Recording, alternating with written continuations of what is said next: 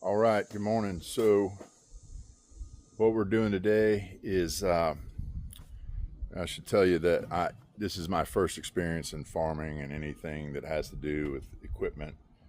I bought a Kubota tractor, the MX 5400, which also has this Land Pride 25 auger attachment. They call it a PTO. I don't remember what that stands for, but so we started putting in a fence, and Alabama is famous for having a lot of rocks, and we get to the fifth hole and we hear something pop, and so the auger lost all torque. It would still spin a little bit, but no torque. As soon as it touched the ground, it wouldn't do anything. So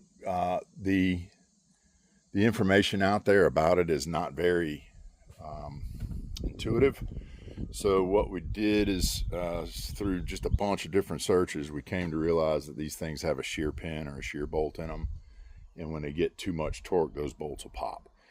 And the pictures you can find are they kind of describe what you're doing, but you got to be pretty handy to figure this thing out. And so after a lot of head scratching, and I have this hung here just to kind of make it a little easier to get to, you could probably, and I think you could actually fix this if it was still attached to the tractor. Next time I break one, I'll just leave it attached. But I didn't know what I had done to it and how long it was going to take for me to figure out how to fix it. So I went ahead and just disconnected. It's easy enough to do. They thought these attachments through pretty well, so the stuff comes on and off the tractor pretty easily. But back to the shear pin. So you're not going to be able to see it. I'm going to flip the camera around, but they leave you these little holes. And so what you're staring at is you have the auger bit, the gearbox here, and then you have this transfer with the universal joint inside here, and then that connects down to the tractor. So what I found is finally through looking in here, and I don't know if I can focus in on that or not. Yeah, that pin goes right through there. And if you shear it off, there's a real good chance that those holes are not going to be lined up anymore. I had to get in here with a screwdriver and kind of pry that back to get them to line up. And I finally saw a little bit of daylight in there, and I was able to get a small enough tool in there to pop it through to the other side. So I was able to get that out, and again, you're not going to be able to see it, but if those holes don't line up, you're really not going to be, it's all the same color, you're not going to be able to see anything. So you can kind of see through there where I've got it lined up. You zoom out a little bit, and so now you're seeing all the way through. So the idea is, you hit too much rock or whatever, now you gotta, it'll just pop this shear bolt. You put a new one in, you put the set screw back in, and should be theoretically good to go. So that's what I'm doing here today. This is for the PD25 auger bit. I think it's the same for a couple of the other ones.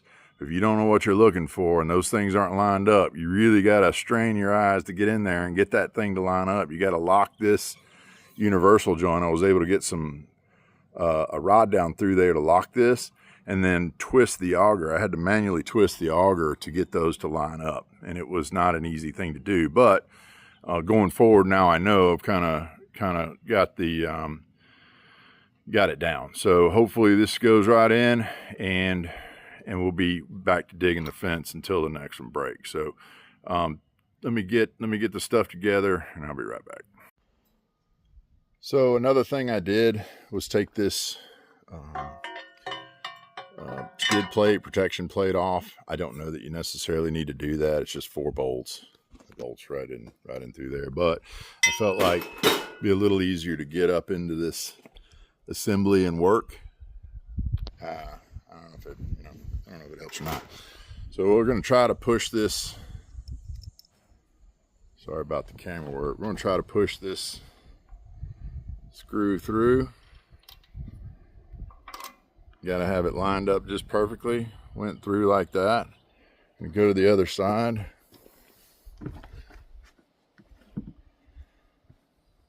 put the bolt on, which that's why I took the bottom off. I figured it'd be easier to get up in here and get the bolt going.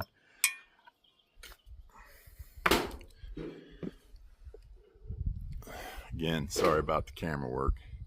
Might have to set the phone down and see if I can get this started. Okay, so I got the bolt on. Bolts right through. Again, I don't know if you could see that from under there. Need to get some grease in there too. Get that fitting all nice and greased up. But that plus the set screw, which is next after I tighten this down, that should be it. So I'll show you what it looks like when it's finally completed. So for the set screw, it's a small Allen wrench. Just got it. You can see it in there. You tighten that down until it snugs up.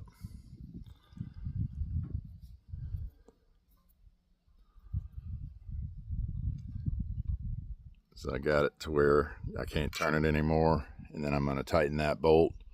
And that's a wrap on this once I put this protective plate back on. I'll follow up and let you know if it in fact works. It should. There's no reason why it shouldn't. Everything performed as it was supposed to. I didn't know anything about this shear bolt. You can see it run all the way through there. Got it good and tight. And if we hit rock again, I'm guessing it's going to break. I will tell you that I noticed right before it did pop, the auger started bouncing, and that was a telltale sign that I was hitting something, and I went ahead and put pressure trying to get through it, and the bolt popped on it. So don't try to overdo it, because you will pop these things. But otherwise, I think it's a pretty easy fix, and then we can get back to work.